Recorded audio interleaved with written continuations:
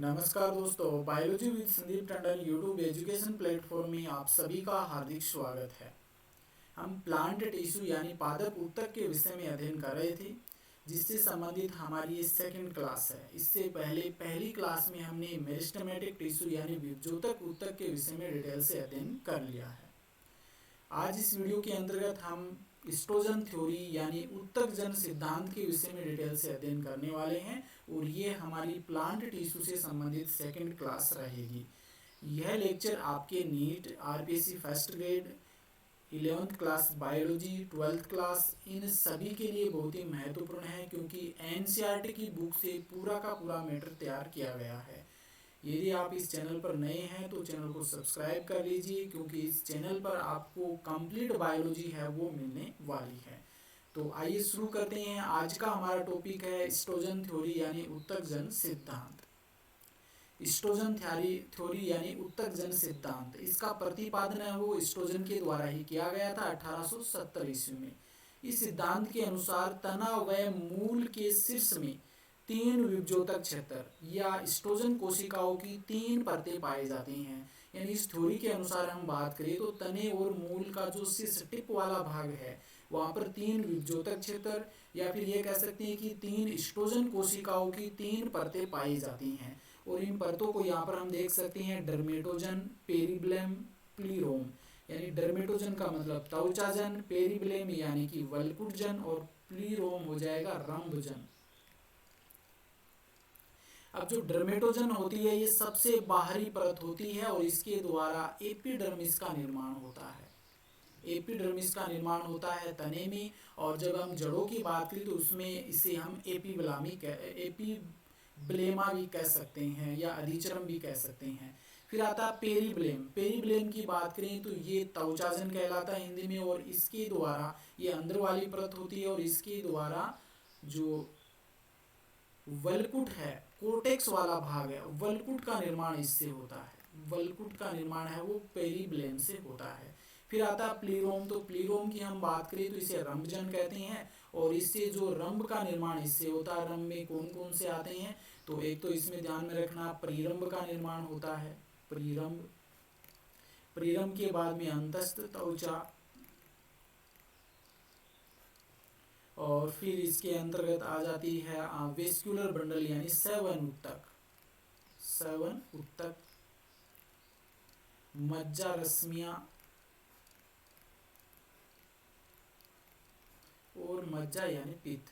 इनका निर्माण जो होता है ये होता है प्लीरोम से। तो 3 स्ट्रोजन पाए जाते हैं। पहला है डर्मेटोजन, दूसरा है पेरिब्लेम और तीसरा है प्लीरोम। अब इसको हम डिटेल से डिस्कस कर लेते हैं। पहले हम बात करते हैं डर्मेटोजन यानी कि त्वचाजन। सबसे बाहरी स्ट्रोजन होता है, सबसे बाहर की ओर होता है।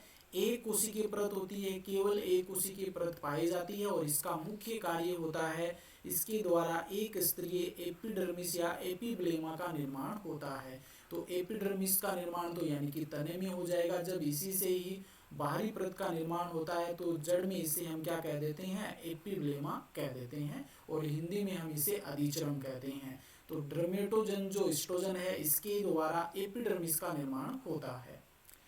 दूसरा जो स्ट्रोजन आता है वो है पेरिब्लेम, जिसे हम वल्कुटजन भी कहते हैं, वल्कुटजन। ये त्वचाजन के नीचे स्थित होता है, यहाँ पर स्थित होता है। ये वाला जो भाग है ये क्या कहलाता है, वल्कुटजन या पेरिब्लेम कहलाता है।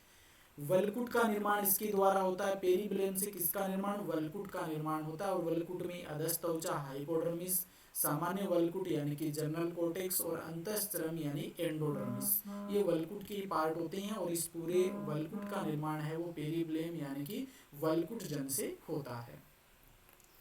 तीसरा आता है प्लूरोम, इसे प्लीरोम भी कहते हैं, प्लीरोम बोल दो या प्लूरोम बोल दो, और हिंदी में कहते हैं इसे रंभजन। सबसे भीतरी स्तर होता है, सबसे भीतरी स्ट्रोजन होता है ये।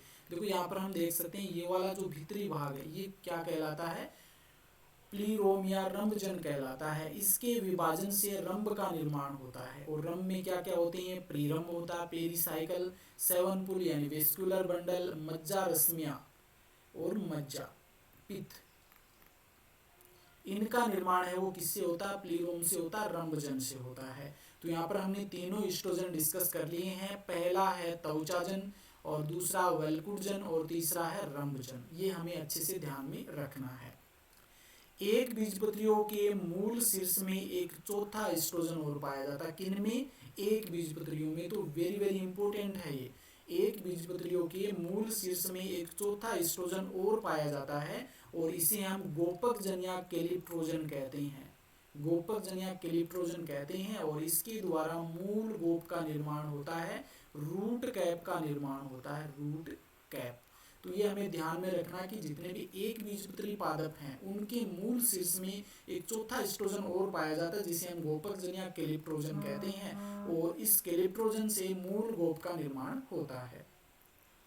ये सिद्धांत मूल शीर्ष के लिए स्वीकार किया गया है। वेरी वेरी इंपॉर्टेंट है। इस प्रकार से क्वेश्चन बन सकता है कि एस्ट्रोजन थ्योरी है निम्न में से किसके लिए स्वीकार की गई है, जिसमें आपको मूल शीर्ष का नाम मिल जाएगा, पूर्व शीर्ष का नाम मिल जाएगा, और एक ऑप्शन में आपको दोनों के नाम मिल जाएंगे। तो ये ध्यान में रखना है, एस्ट्रोजन थ्योरी केवल मूल शीर्ष के लिए ही स्वीकार की गई है, यह पूर्व शीर्ष के लिए अस्वीकार की गई है। ये ध्यान में रखना। क्यों की गई इसका कारण भी हम पता कर लेते हैं। क्योंकि जिम्नोस्पर्म एवं एंजियोस्पर्म के पूर्व शीर्ष में उत्तकजन विभेदित नहीं होता, एस्ट्रोजन विभेदित नहीं होता है। इस कारण से पूर्व शीर्ष के लिए एस्ट्रोजन थ्योरी को अस्वीकार कर दिया गया है।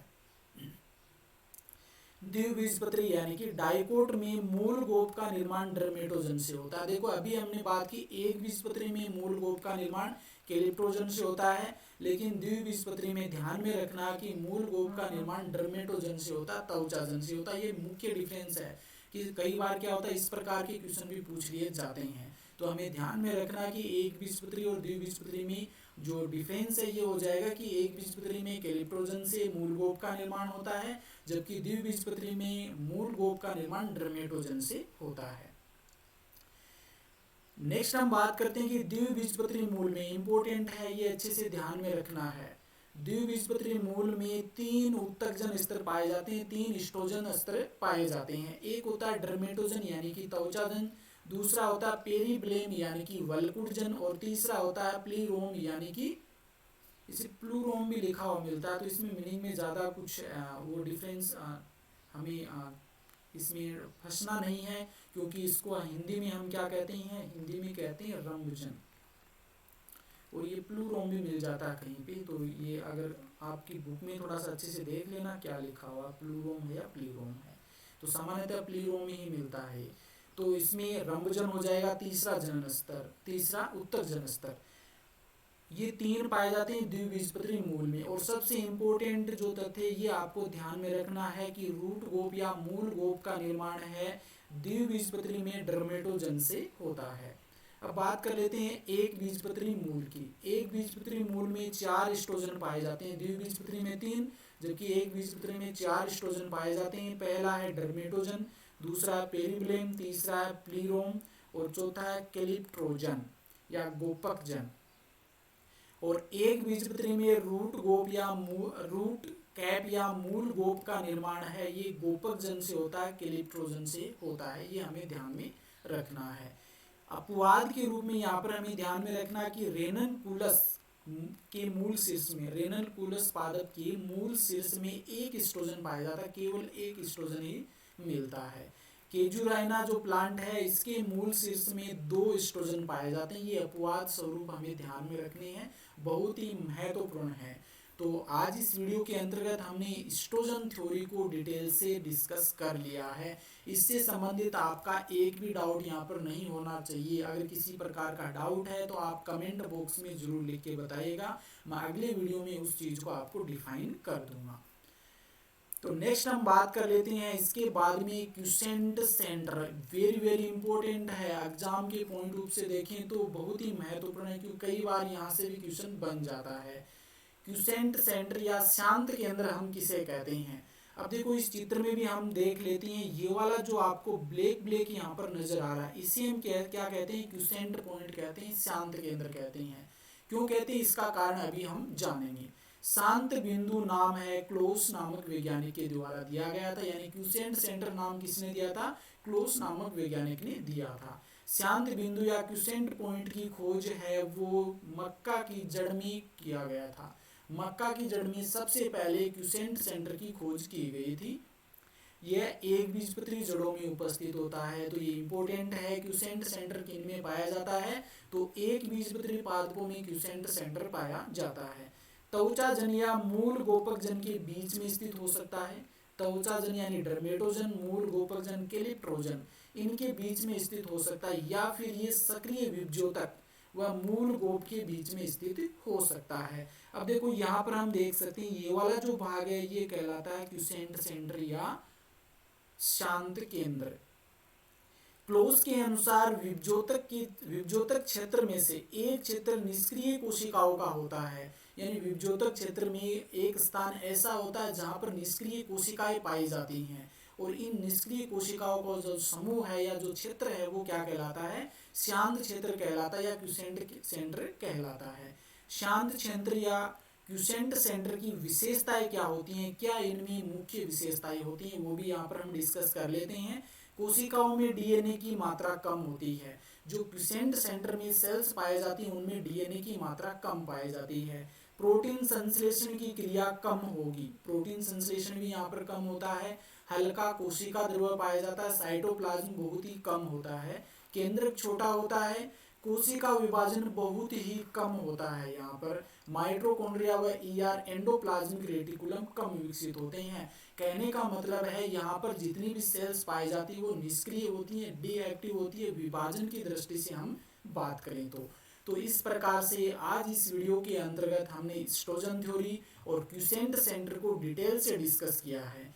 ये लेक्चर आपके नीट आरपीसी फर्स्ट ग्रेड के लिए बहुत ही महत्वपूर्ण रहने वाले हैं, और कंप्लीट जो मैटर है वो हमने इसमें शामिल किया है, और पूरा का पूरा मैटर आपके एनसीईआरटी बुक से लिया गया है, इसलिए बहुत ही महत्वपूर्ण है। वीडियो कैसा लगा है कमेंट करके जरूर बताइएगा। अच्छा लगा है तो वीडियो को अधिक से अधिक शेयर कीजिए, लाइक कीजिए और चैनल को सब्सक्राइब जरूर कर लीजिए।